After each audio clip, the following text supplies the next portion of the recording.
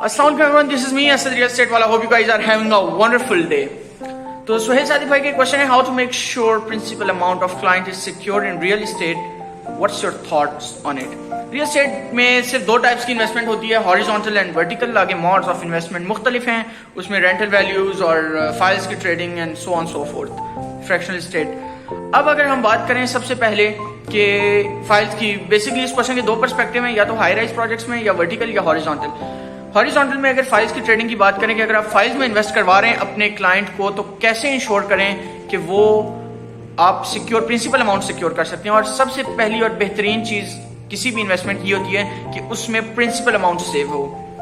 अब बात करते हैं कि अगर फाइल्स में इन्वेस्ट करवा रहे हैं तो क्या आपने देखना है वो फाइल माइनस में तो नहीं जा रही, वो सोसाइटी की एनालिटिक्स देखनी है कि उस ब्लॉक की, बहुत सी सोसाइटीज होती हैं जिसमें जनरल ब्लॉक में कुछ और रेट होता है, ओवरसीज में कुछ और होता है, स्पोर्ट्स ब्लॉक में कुछ और होता है, वाटर फ्रंट के अलग रेट होते हैं। उसमें ये होता है कि अब जिस तरह एक हाउसिंग प्रोजेक्ट है उसका जनरल ब्लॉक तो ओवरऑल सोल्ड है, ओवरसीज की अच्छे रेट हैं, लेकिन वाटर फ्रंट में 1+3 चल रहा है, 1+2 चल रहा है, बहुत दफा माइनस में जारी होती हैं। ऐसी फाइल्स के जो 50 to 70,000 माइनस में जारी होती हैं। दूसरी चीज करते हैं हाई राइज प्रोजेक्ट की बात। अगर हाई राइज प्रोजेक्ट में आप इन्वेस्ट करवाने हैं अपने क्लाइंट को, तो उसमें देख लेना है कि उसके डेवलपर्स कौन हैं, उसके पास डेवलपर्स ने कोई पास प्रोजेक्ट डिलीवर भी किया है या वो उनका पहला प्रोजेक्ट है। अगर पहला प्रोजेक्ट है तो फिर कोशिश करें उस ऑप्शन को अवॉइड करने की और उस ऑप्शन की तरफ जाएं जिसमें ऑलरेडी पहले से डेवलपर्स ने कुछ डिलीवर किया हो।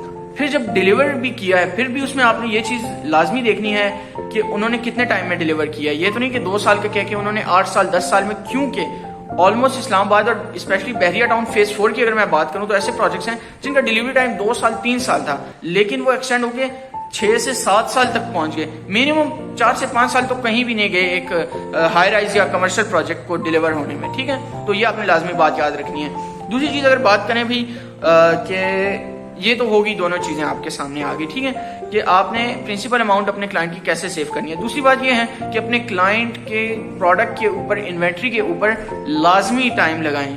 1 दिन में, 2 दिन में, जो भी पर्सपेक्टिव है उसकी वजह से, या क्लाइंट को समझाएं कि आप टाइम दें मुझे, मैं इस इन्वेंट्री पर काम करके आपको एक अच्छी इन्वेस्टमेंट कराता हूँ। अब बात करते हैं करंट मार्केट की। करंट मार्केट सिचुएशन इस वक्त बहुत ज्यादा मार्केट फ्लक्चुएट कर रही है। ओवरसीज इन्वेस्टर्स 80% तक जा चुके हैं पाकिस्तान से। ठीक है, अब मैं बात करता हूं कि करंट मार्केट में इस सिचुएशन को कैसे टैकल करें। जैसे मेरे पास कल एक क्लाइंट है, उन्होंने कहा सर मेरे पास 12 लाख रुपए हैं, मैं उसे इन्वेस्ट करना चाहता हूं। 12 लाख रुपए में कोई बड़ी इन्वेस्टमेंट मैं उनकी नहीं करवा सकता हूं। जैसे हाई राइज प्रोजेक्ट में 55 लाख का अपार्टमेंट 35,000 रेंट, 40 लाख का अपार्टमेंट 45,000 रेंट, यानी 1.25%। किसी भी प्रोजेक्ट में करो, देखो ये हार्ड अर्न मनी है।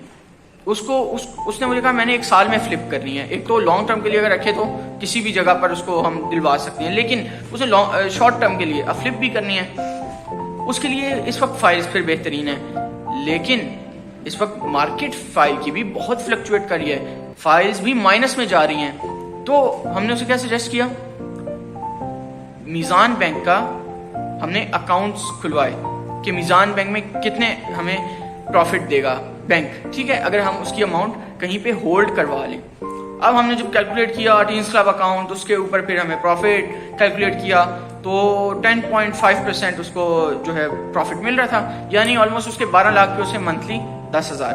हमने उसके पैसे डिवैल्यूएशन से बचाने थे, तो हमने क्या किया, उसके पैसों को इन्वेस्ट करवाया है मीजान बैंक में कि उसकी एक तो इन्वेस्टमेंट सिक्योर रहे। ठीक है, घर में लग जाती है अमाउंट, उसने कोई सेल की थी जगह छोटी मोटी किसी गांव में, तो उसके पास वो अमाउंट है। दूसरी चीज हमने क्या की, एक तो उसकी पैसे डिवैल्यूएशन से बच गई, दूसरा जब वो इन्वेस्ट कर रहा है बैंक में तो बैंक उसको प्रॉफिट भी दे रहा है। अब 30,000 का प्रॉफिट उसको 3 मंथ का बैंक देगा, और जब वो इन्वेस्टमेंट उसकी जनवरी तक होल्ड होगी तो उसके बाद वो जो भी उसकी प्रिंसिपल अमाउंट है वो उठा के किसी फाइल के प्रोजेक्ट में उसको इन्वेस्ट करवा देंगे, जिसका हमें एनालिटिक्स पता होगी कि पिछले मंथ में इसका ये स्कोर रहा है, इस मंथ उसका ये स्कोर होगा। तो ये सिंपल सी चीज है। एक छोटी इन्वेस्टमेंट को भी आप कहीं ना कहीं एडजस्ट कर लेते हैं, और बड़ी इन्वेस्टमेंट तो वैसे ही हाई राइज प्रोजेक्ट से बेहतर बड़ी इन्वेस्टमेंट के लिए और कोई चीज नहीं है, जिसका आरओआई भी ज्यादा जनरेट होता है और जिसकी रेंटल वैल्यू भी सबसे ज्यादा होती है हाई राइज प्रोजेक्ट की। रेजिडेंशियल में एक तो उसका आरओआई कम जनरेट होता है और दूसरा उसकी रेंटल वैल्यू भी कम होती है, तो इसलिए मैं ज़्यादातर क्लाइंट्स को ही प्रेफर करता हूँ कि वो हाई राइज प्रोजेक्ट की तरफ जाएं। Thanks so very much Suhail Sadiq and everyone for staying tuned with us. Have a wonderful day. Thanks so much.